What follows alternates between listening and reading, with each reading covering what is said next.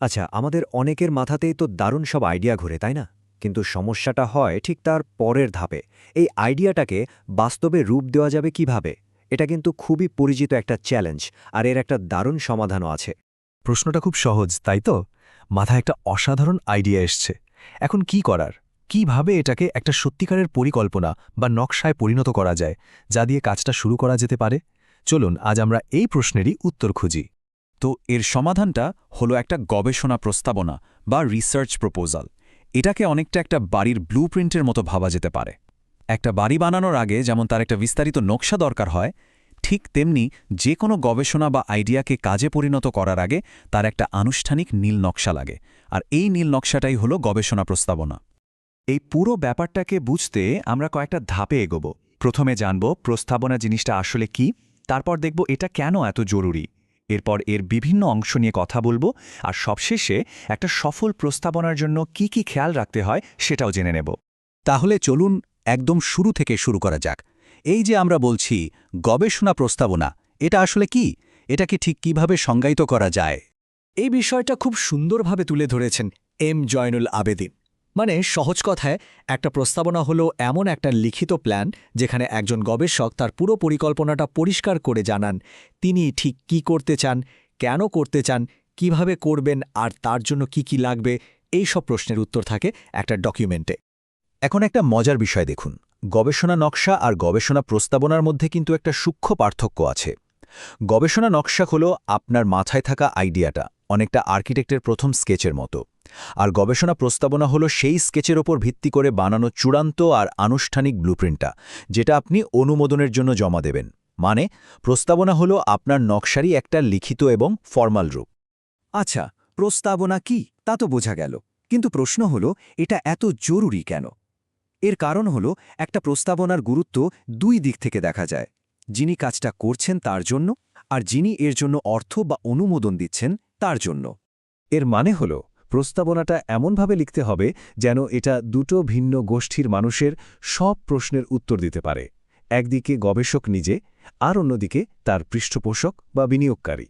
প্রথমত, যিনি গবেষণা করছেন বা আইডিয়াটা বানাচ্ছেন, তার জন্য প্রস্তাবনাটা হলো একটা রোডম্যাপ।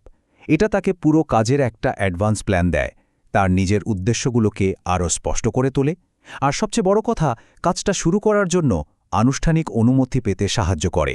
এটা গবেষককে পথ হারানো থেকে বাঁচায়।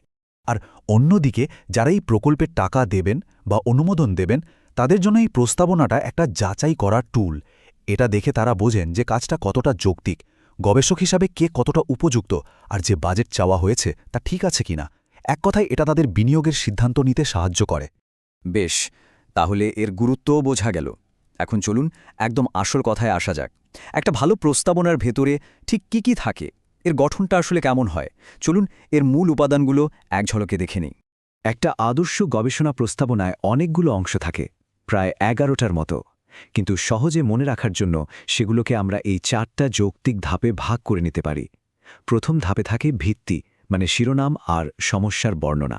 দ্বিতীয় ধাপে আসে প্রেক্ষাপট, যেখানে আগের কাজ আর আপনার কাজের যৌক্তিকতা তুলে ধরা হয়। তৃতীয় ধাপে থাকে আসল নির্মাণ পরিকল্পনা, মানে উদ্দেশ্য ও পদ্ধতি। আর সবশেষে চতুর্থ ধাপে থাকে প্রজেক্ট ম্যানেজমেন্ট, যেখানে সময় আর বাজেটের মতো বিষয়গুলো থাকে। এই 4টা ধাপের মধ্যে শেষেরটা, মানে প্রজেক্ট ম্যানেজমেন্ট অংশটা কিন্তু ভীষণ জরুরি, কারণ এটাই আপনার সব সুন্দর পরিকল্পনাকে একটা বাস্তব রূপ দেয়। এখানে সময় এবং অর্থের মতো কঠিন বিষয়গুলো নিয়ে কথা বলা হয়, যা যে কোনো প্রকল্পকে সফল করার জন্য অপরিহার্য। যেমন ধরুন এই সময়সূচিটা দেখুন তো, কি সুন্দর করে পুরো কাজটাকে ছোট ছোট ভাগে ভাগ করে প্রত্যেকটার জন্য সময় ঠিক করে দেওয়া হয়েছে।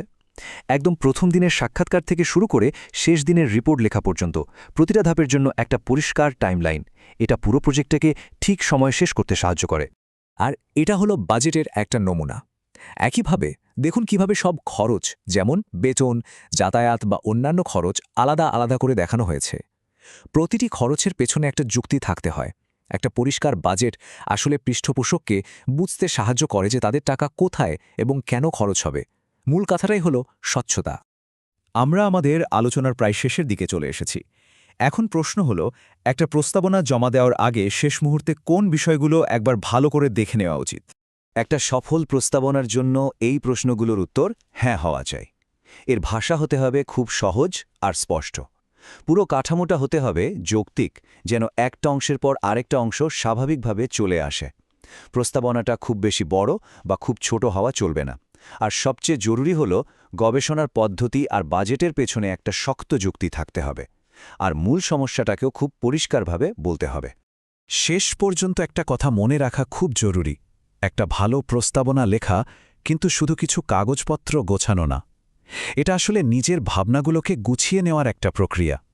এই প্রক্রিয়াটা একজন গবেষককে তার আইডিয়াটাকে শুরু থেকে শেষ পর্যন্ত নিখুঁতভাবে ভাবতে সাহায্য করে। আর এই পরিষ্কার চিন্তাই কিন্তু একটা সফল প্রকল্পের আসল ভিত্তি। তাহলে এখন ভাবার বিষয় হল, মাথায় যে দারুণ আইডিয়াটা ঘটছে সেটাকে বাস্তবে আনার জন্য কোন নীলনকশাটা তৈরি করা যায়। পরিকল্পনা শুরু করার এটাই কিন্তু সেরা সময়।